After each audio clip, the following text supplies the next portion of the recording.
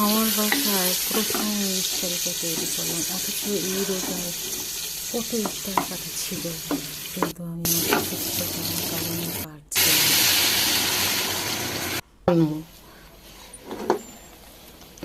একদিন করলাম, আরও দু একদিন করেছে, সেটা বাইরে থেকে কিনে এনে করেছে। কিছু করার নেই, আমি করতে পারছি না। আমি এই জন্যই আসলে রহস্যটা বলে দিলাম।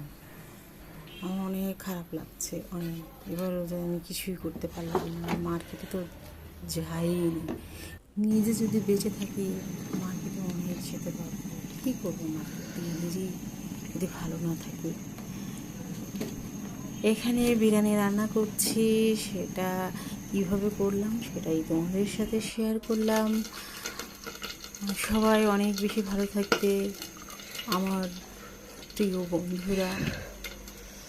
সবার জন্য আমি দোয়া করি যেন সবাই অনেক বেশি ভালো থাকে। আমার জন্য দোয়া করবে যেন আমি দ্রুত সুস্থ হয়ে যাই। আসসালামু আলাইকুম। আল্লাহ হাফিজ, আল্লাহ হাফিজ, আল্লাহ।